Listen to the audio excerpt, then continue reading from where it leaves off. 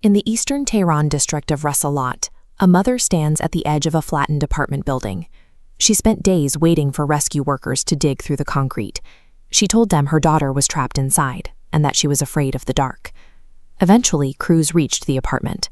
The woman's daughter and young granddaughter were found dead. Her husband was the only survivor from that unit. This destruction is the byproduct of a month-long air campaign. The US and Israel have been systematically targeting the Iranian regime's military and paramilitary infrastructure across the country. But as advanced air forces strike targets from above, it's the civilians on the ground who are being buried in the rubble. Take a look at this map. Over the first month of the war, the Israel Defense Forces say they've dropped more than 12,000 bombs across Iran. And if we zoom in on the capital, 3,600 of those strikes hit Tehran alone. The IDF maintains that its strikes are directed strictly at lawful military objectives, and they state that civilian casualties are substantially lower than what local reports suggest. Yet data from the human rights activist news agency tracks a severe human toll: 1,464 civilians killed in just the first 30 days. At least 217 of them were children. So how do militaries using highly advanced precision-guided munitions end up leveling entire blocks of family homes? The answer starts with the city's urban geography. As you can see in this view of Tehran beneath the Milad Tower, it is an incredibly dense, tightly packed metropolis. The Iranian regime integrates its military apparatus directly into this civilian sprawl. Paramilitary units like the Basij, seen here, along with police headquarters and Revolutionary Guard safe houses, aren't isolated on remote bases. They share walls with civilian apartments and local shops. We saw exactly how dangerous this proximity is on March 1st, when an Israeli strike hit the Abbasabad police station. The strike landed near Nilufar Square, right as local families, much like these residents eating outdoors, were gathering to break their Ramadan fast. Witnesses on the ground reported a terrifying flash of light, followed by multiple explosions, with an estimated 20 immediate casualties. When the target and the local neighborhood occupy the exact same geographic space, a successful hit on a military objective guarantees a direct hit on the surrounding community. To understand the sheer physical impact of these strikes, we have to look at the munitions being used. Military experts analyzing unexploded ordnance in Tehran point to the Mark 80 series of bombs, seen here lined up on the tarmac. Specifically, the scale of destruction observed in districts like Resalat points to the largest variant, the Mark 84. Looking at this bomb next to a technician gives you a sense of its size. It weighs 2,000 pounds. These weapons are often fitted with precision guidance systems, but a guidance system only ensures the bomb hits the correct coordinates. It does absolutely nothing to shrink the massive explosive yield once it detonates. Let's apply this to Resalat. This schematic shows the neighborhood block. The intended target was a single building used by the Basij, but satellite imagery shows a Mark 84's blast wave extends 65 meters outward, easily swallowing at least 4 surrounding residential buildings. Survivors across the street reported being violently thrown across their living rooms. They described hearing 3 sequential blasts just seconds apart before the ceilings caved in. Local authorities estimate between 40 and 50 people were killed in this single attack. Deploying a 2,000-pound weapon into a densely packed residential grid means massive civilian casualties are a guaranteed law of physics. This brings up a core tenet of international humanitarian law governing urban warfare, the rule of proportionality. All parties to a conflict must distinguish between civilian and military targets. The expected military advantage of destroying a target must clearly outweigh the anticipated harm to nearby civilians and their homes. According to legal experts we consulted, dropping a weapon as powerful as the Mark 84 into a civilian center like Resalat is inherently disproportionate, given the inevitable harm it causes. But while foreign bombs fall from above, the citizens of Tehran are facing a secondary threat on the ground: complete abandonment by their own government. The Iranian authorities have provided almost zero internal civil defense. There are no air raid sirens, no public shelters, no organized evacuation routes, and no temporary housing provisions for families who have lost everything. To make matters worse, the regime is enforcing an ongoing internet blackout. People are isolated, unable to receive warnings or coordinate safety with their loved ones. The people of Tehran are currently trapped in a deadly vice, On one side, a foreign military campaign utilizing disproportionate force. On the other, a domestic regime that embeds its military next to apartments and leaves its citizens completely unprotected. In a city where the war hides next door, nowhere is safe. Look at the skyline of eastern Tehran.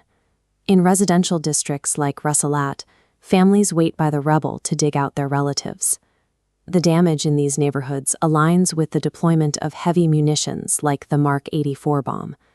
This single piece of ordnance weighs 2,000 pounds.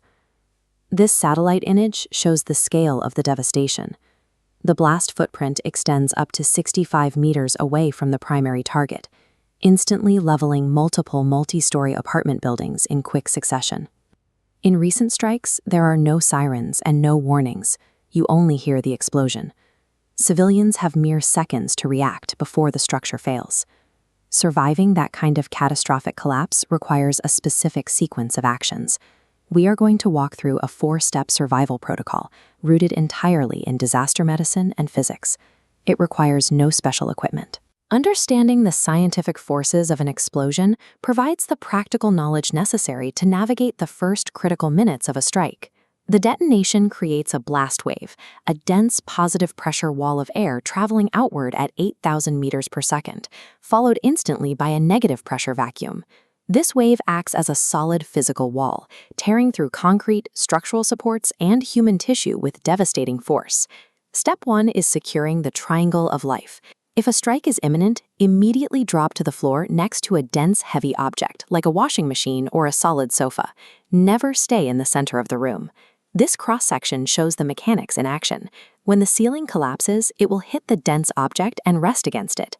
This creates a clearly defined triangular void of uncrushed space right alongside the appliance. Position yourself entirely within that void. Lie in the fetal position, tuck in your knees to your chest, and wrap your hands tightly over the back of your head and neck. Do not hide under flimsy objects like beds or light dining tables. A falling ceiling will instantly compress lightweight furniture flat, offering zero structural protection. In a building collapse, your immediate choice of cover dictates whether the falling structure becomes a crushing weight or a protective shield. Once you are in position, you must defend your internal organs from the incoming blast wave. This brings us to step 2, the open mouth rule. The extreme pressure spike from the explosion causes what is known as cavitation.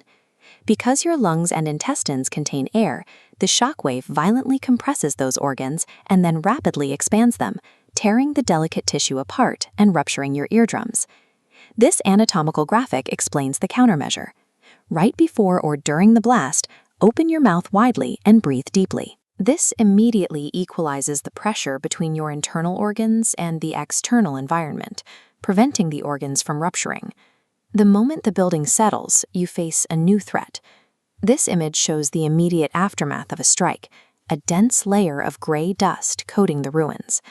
This requires step 3, apply a primitive oxygen filter. A pulverized building releases massive amounts of highly alkaline cement dust into the air.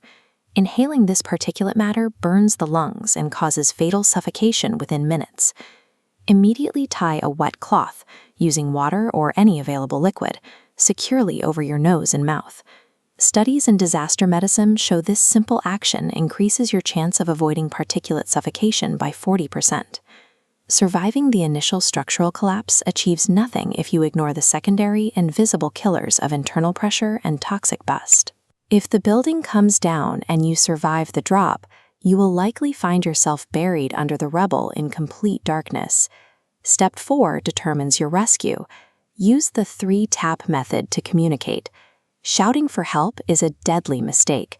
It rapidly depletes your limited oxygen and draws the toxic cement dust directly into your lungs.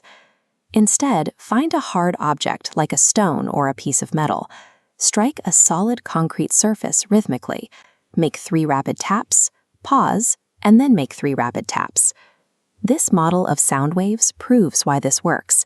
In a collapsed structure, vocal sound waves dissipate quickly in the muffled air. Physical vibrations, however, travel 10 times faster and much clearer through solid concrete beams, directly to the rescue teams. While you wait, you must understand the final medical hazard of being trapped: crush syndrome. This occurs when a heavy object pins a limb, completely cutting off blood flow. Deprived of oxygen, the crushed muscles begin to die, releasing toxic amounts of myoglobin and potassium.